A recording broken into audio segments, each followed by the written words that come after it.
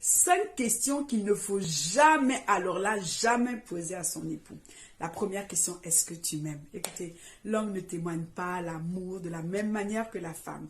Il faut savoir que quand un homme te courtise, quand ton époux, avant qu'il ne soit ton époux, quand il t'a courtisé, tu étais un projet. Une fois que vous êtes mariés, pour lui, la case est cochée, il est passé à autre chose. Oui, ça fait mal, mais c'est la réalité. Alors, quand tu lui poses la question, est-ce que tu m'aimes? Bien évidemment qu'il t'aime. Il t'a épousé, il vit avec toi.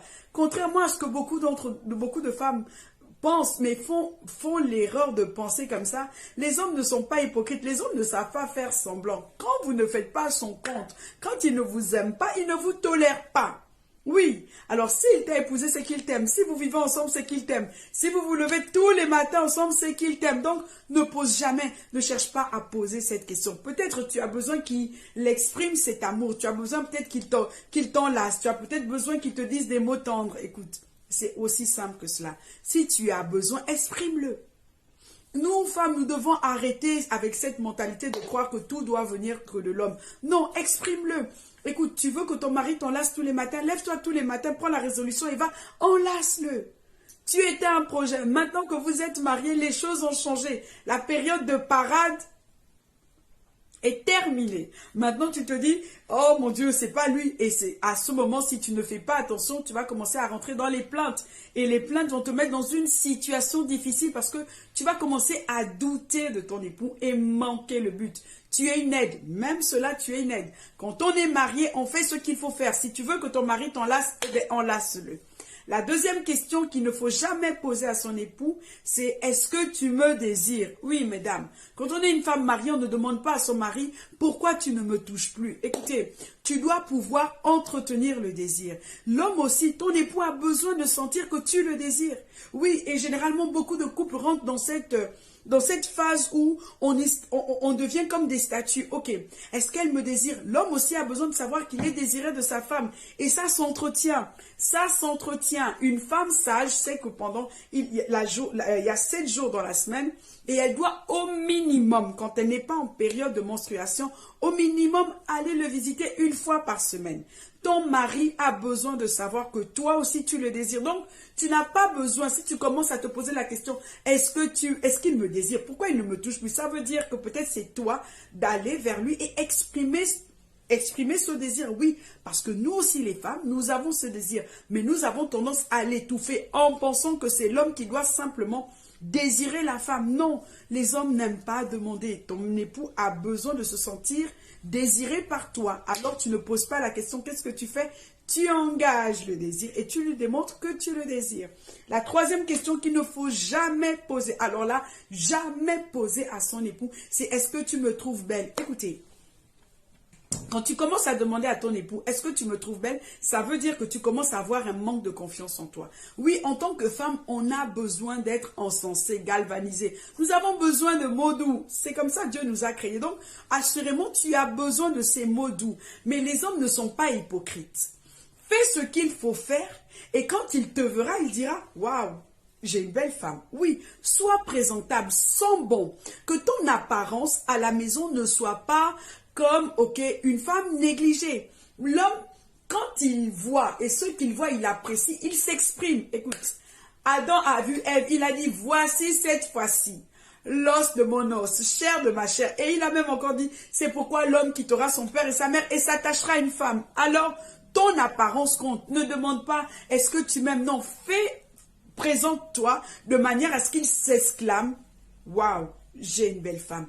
Tu es une belle femme. Tu me diras, oui, mais non, toutes les femmes sont belles. S'il t'a choisi, c'est que pour lui, tu es la plus belle. Alors, ne cherche pas à quémander ou à faire en sorte qu'il te dise les choses ou qu'il pense que tu es une petite fille en manque d'assurance. Non, fais-toi belle.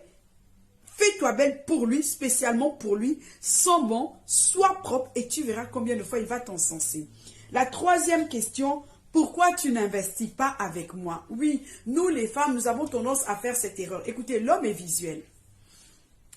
Quand vous regardez le premier couple de l'histoire de l'homme, donc Adam et Ève, la Bible nous dit Dieu créa l'homme et la femme à son image. Dieu est un bosseur. Oui, la femme aussi doit travailler.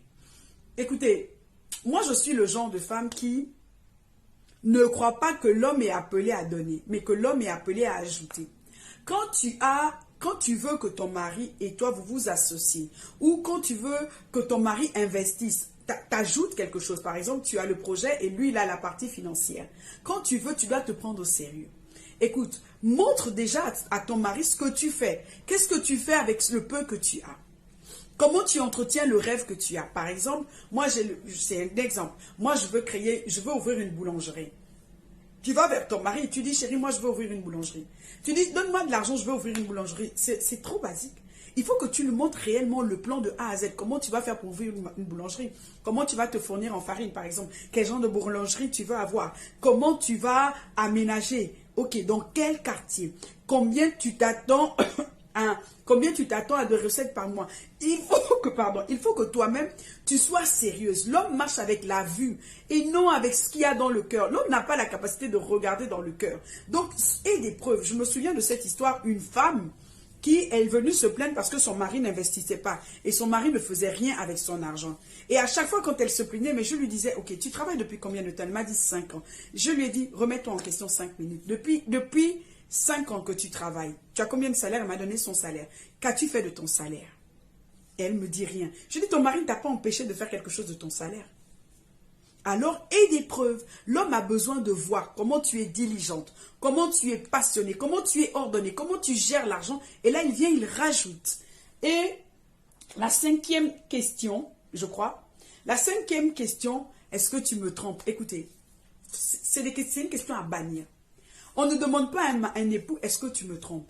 Écoutez, les couples iront très bien, les femmes iront très bien, parce que si le jour où elles acceptent, moi je suis conseillère conjugale certifiée, numéro 1. Et j'utilise la parole de Dieu pour aider les couples, numéro 2. Alors, quand les femmes vont réaliser que dans l'adultère, il y a des femmes qui ont des épouses qui sont 70% des causes d'adultère de leur époux. Parfois, l'homme n'a que 30% de responsabilité, il est allé dehors. Quand tu commences à te rendre compte qu'il y a quelque chose qui se passe, qui est anormal, remets-toi en question. Pose-toi la question. J'aime bien cette histoire de Sarah et Agar. Sarah n'arrivait pas à faire d'enfant. Qu'est-ce qui s'est passé? Elle a pris Agar et elle l'a positionnée là pour faire ce qu'elle n'arrivait pas à faire. L'adultère, quand un homme va commettre l'adultère, c'est parce que sa femme ne fait pas ce qu'elle doit faire. L'homme n'est pas appelé à vivre avec 2 femmes. C'est des faux raisonnements. Il faut le bannir. L'homme a besoin d'une seule femme pour être heureux. Une seule femme pour être heureux. Alors, remets-toi en question et fais ce que tu as arrêté de faire. Ou fais ce que tu n'as pas décidé de faire, mais qui émane de toi. Et tu verras, les choses rentreront dans l'ordre tout seul. Moi, je dis toujours à toutes les femmes que j'accompagne, que je forme, il ne faut jamais élever une femme dans la vie de ton époux en dehors de toi. Jamais. Il ne faut jamais, alors là, jamais le faire.